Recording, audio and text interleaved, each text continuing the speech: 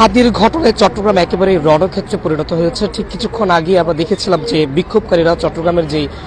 ভারতীয় হাই কমিশনের যে বাসভবন রয়েছেন সেটির সামনে তারা আন্দোলন করেন এবং ঠিক অনেকক্ষণ যাবতীয় তারা সেখানটায় অবস্থান নেন এবং ঠিক তারপরেই আমরা দেখতে পেয়েছি যে তারা এক প্রকার উত্তেজনামূলক পরিস্থিতি সৃষ্টি হয় এবং তাদের সাথে আইন শৃঙ্খলা রক্ষাকারী বাহিনীদের এক প্রকার পাল্টা ধাওয়ার যে ঘটনা সেটিও কিন্তু ঘটেছে। আমরা দেখেছি আইন শৃঙ্খলা রক্ষাকারী বাহিনীদের সদস্যরা তাদেরকে দমনে টিয়ারশেল গ্যাস নিক্ষেপ করেন এবং তাদেরকে আসলে বিক্ষোভকারীদেরকে ছত্রভঙ্গ করতে পারেন। ঠিক এখন পর্যন্ত আমরা যে চিত্র দেখতে পাচ্ছি যে এখানটায় সেনাবাহিনীও মোতায়েন করা হয়েছে এবং ঠিক এখন পর্যন্ত এই জায়গার পরিস্থিতি একেবারেই থমথমে। তবে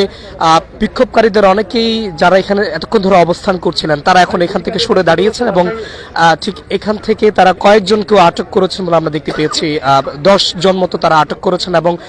তারা আরো যতটুকু দেখছিলাম যে এই জায়গাটিতে তারা অবস্থান নিয়েছেন এবং ঠিক তাদের সতর্ক অবস্থান কিন্তু আমরা দেখতে পেয়েছি। ঠিক আমরা যতটুকু জানি যে আজ হাদির ঘটনা সামাজিক যোগাযোগ মাধ্যম সহ ব্যাপকভাবে ছড়িয়ে পড়ার পর থেকে আমরা যতটুকু দেখতে পেয়েছি আন্দোলনকারীরা ঠিক দুলং গেট এলাকা থেকে তারা বিক্ষোভ সহকারে চট্টগ্রামের যেই ভারতীয় হাই কমিশনের বাসভবনটি রয়েছে সেটির সামনে তারা আসতে শুরু করেন এবং ঠিক দুবার তারা পুলিশের যেই ব্যারিকেড সেটিকে ভেঙে কিন্তু তারা সামনের দিকে এগোতে থাকেন এবং এক পর্যায়ে তারা ঠিক চট্টগ্রামের যেই ভারতীয় হাই কমিশনের বাসভবনটি রয়েছে সেখানটায় তারা অবস্থান নেন এবং তারা এখানে ঘন্টা ব্যাপী তারা এখানে তাদের যে কর্মসূচি তাদের যে বিক্ষোভ সেটি কিন্তু তারা পালন করেন এবং অবরোধ কর্মসূচি কিন্তু আমরা দেখেছি বেশ কিছুক্ষণ ধরে তারা এখানে করছিলেন। তবে এখন পর্যন্ত আমরা যে চিত্র দেখতে পাচ্ছি যে একেবারেই চট্টগ্রামের যে ভারতীয় হাই কমিশনের যে বাসভবনটি রয়েছে সেটির সামনেই সেনাবাহিনী মোতায়েন রয়েছে এবং কঠোর অবস্থানে আসলে তারা রয়েছে এবং ঠিক কিছুক্ষণ আগেই শান্ত পরিবেশ হওয়ার পরপরই আসলে বিক্ষোভকারীরা যখন চলে যাচ্ছিলেন ঠিক সেই মুহূর্তে পরিস্থিতি আবারও উত্তাল হয়ে পড়ে এবং এক পর্যায়ে তারা বিক্ষোভকারীরা ইট পাটকেল ছোড়ে এবং পরিস্থিতি ঘোলাটে করার চেষ্টাও কিন্তু করা হয় এবং ঠিক তারপরে আমরা দেখতে পেয়েছি যে আইন শৃঙ্খলা রক্ষাকারী বাহিনী তাদের যে শক্তি সেটি প্রয়োগ করেন এবং তারা ছত্রভঙ্গ করতে আন্দোলনকারীদেরকে টিয়ারশেল গ্যাস এবং লাঠিচার্জ করেন এবং তার এক পর্যায়ে আমরা দেখতে পেয়েছি যে ডেপুটি হাই কমিশনার যে বাসভবনটি রয়েছে সেটিতেও কিন্তু ভাঙচুর চালানো হয়েছে। তবে ঠিক এখন পর্যন্ত আমরা যে চিত্র দেখতে পেয়েছি তারা 10 জনের মতো তারা আটক করেছেন যারা এই যে হামলার সাথে জড়িত কিংবা ভাঙচুরের সাথে জড়িত। তবে এখন পর্যন্ত একেবারে পরিস্থিতি কিছুটা নিয়ন্ত্রণে বলা চলে, কারণ এখানে আমরা দেখতে পাচ্ছি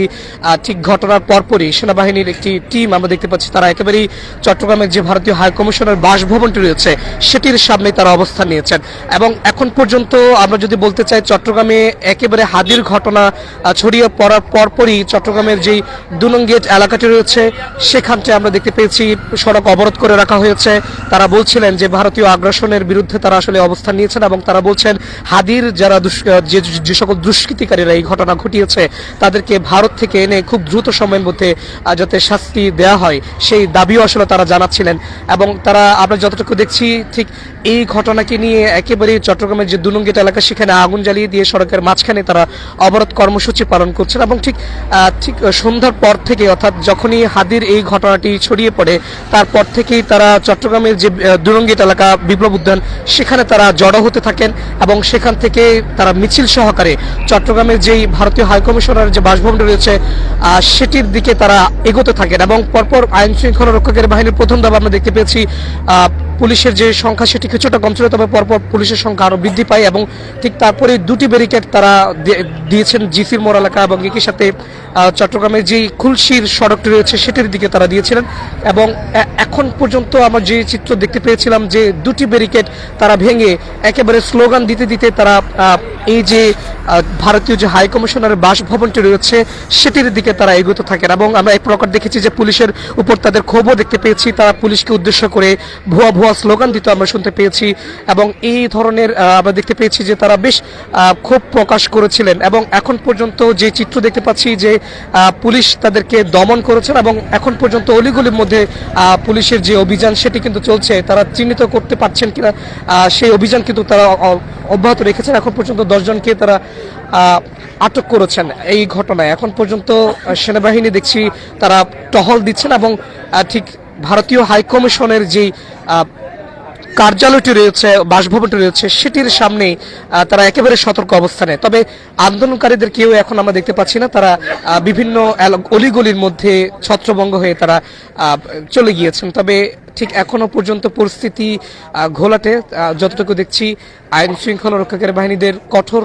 সতর্ক অবস্থান কিন্তু দেখতে পাচ্ছি, এবং ঠিক সেনাবাহিনীরও সতর্ক অবস্থান আমরা এখানে লক্ষ্য করতে পারছি। তবে একটু জানিয়ে রাখতে চাই, এখানে ইট পাটকেল পড়ে থাকার যে চিত্র সেটিও আমরা দেখতে পেয়েছিলাম, যে পুরো এলাকা টিয়ার গ্যাস একেবারেই ধোয়াচ্ছন্ন বলা চলে। কিছুক্ষণ আগেই আন্দোলনকারীদেরকে দমনে পুলিশ কয়েকবারই আসলে টিয়ার সেল গ্যাস নিক্ষেপ করেন, এবং একই সাথে আমরা দেখতে পেয়েছি লাঠি চার্জও করা হয়। এবং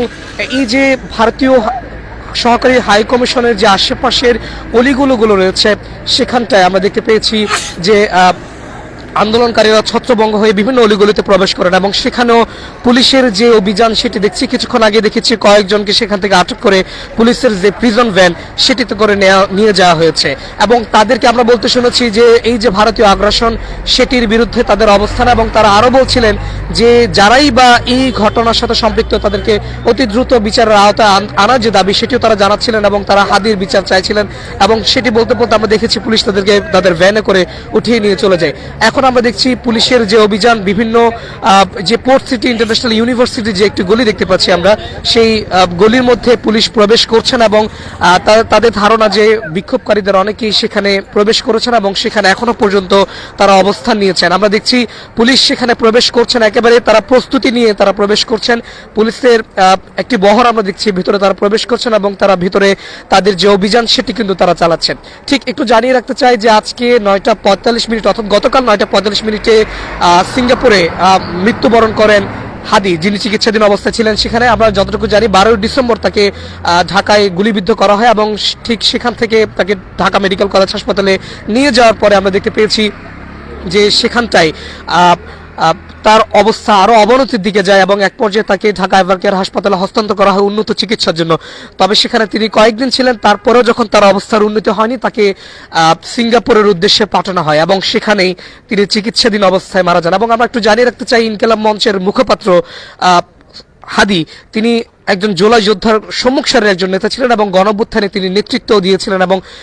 তার যারা সহযোদ্ধারা ছিলেন তারা বলছিলেন যে যারাই বা এই ঘটনার সাথে সম্পৃক্ত কিংবা যাদেরকে ভারতে আশ্রয় দেওয়া হয়েছে তাদেরকে যাতে অতি দ্রুত এই যে দেশে পাঠিয়ে তাদের যে বিচার সেটি কার্যক্রম করা হোক। আমরা দেখছি পুলিশের একটি বহর ভেতরে প্রবেশ করছেন, এবং তারা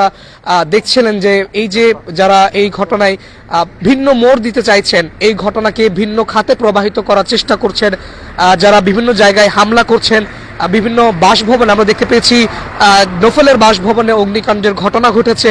ক্ষুব্ধ জনতা সেখানে আগুন দিয়েছেন। ঠিক কিছুক্ষণ আগে এখানে যারা বিক্ষোভ করছিলেন তারা দেখছিলেন যে অনেকক্ষণ যাবতই তারা বিক্ষোভ করার পর যখন বিক্ষোভকারীরা সরে যায়, ঠিক পরিস্থিতি যখন শান্ত হওয়ার দিকে, সেই মুহূর্তে আরেকটি পক্ষ বিভিন্ন জায়গায় ইট পাটকেল ছোড়ে এবং পরিস্থিতি কিছুটা ঘোলাটে করার চেষ্টা করে, এবং তাদেরকে দমনে পুলিশ শক্ত অবস্থানে থাকে, এবং তাদের যে বল প্রয়োগ সেটি কিন্তু পুলিশ করে থাকে, এবং সেখানে লাঠি চার্জ সহ টিয়ার সেল গ্যাস নিক্ষেপ করার মাধ্যমে তাদেরকে ছত্রভঙ্গ করতে সক্ষম হয়। তবে এই ঘটনায় আমরা যতটুকু জানতে পেরেছি, ডেপুটি হাই কমিশনারের যে বাসভবনটি রয়েছে সেটিতে আমরা দেখতে পেয়েছি যে হামলা করা হয়েছে, এবং এই ঘটনায় এখন পর্যন্ত 10 জনকে তারা আটক করেছেন, এবং বাকি যে কয়েকজন রয়েছেন বিভিন্ন অলিগলিতে যারা লুকিয়ে আছেন তাদেরকে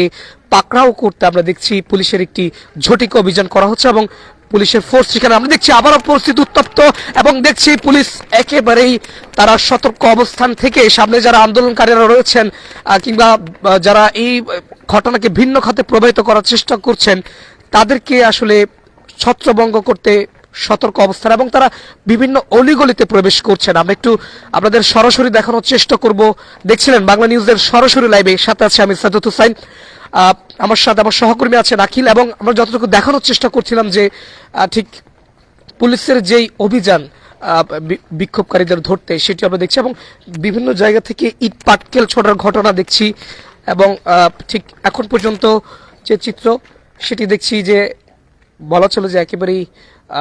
কিছুটা ঘোলাটে। আমরা এখন পর্যন্ত যে চিত্র দেখতে পাচ্ছি যে আইন শৃঙ্খলা রক্ষাকারী বাহিনীদের তৎপরতা এখানে রয়েছে।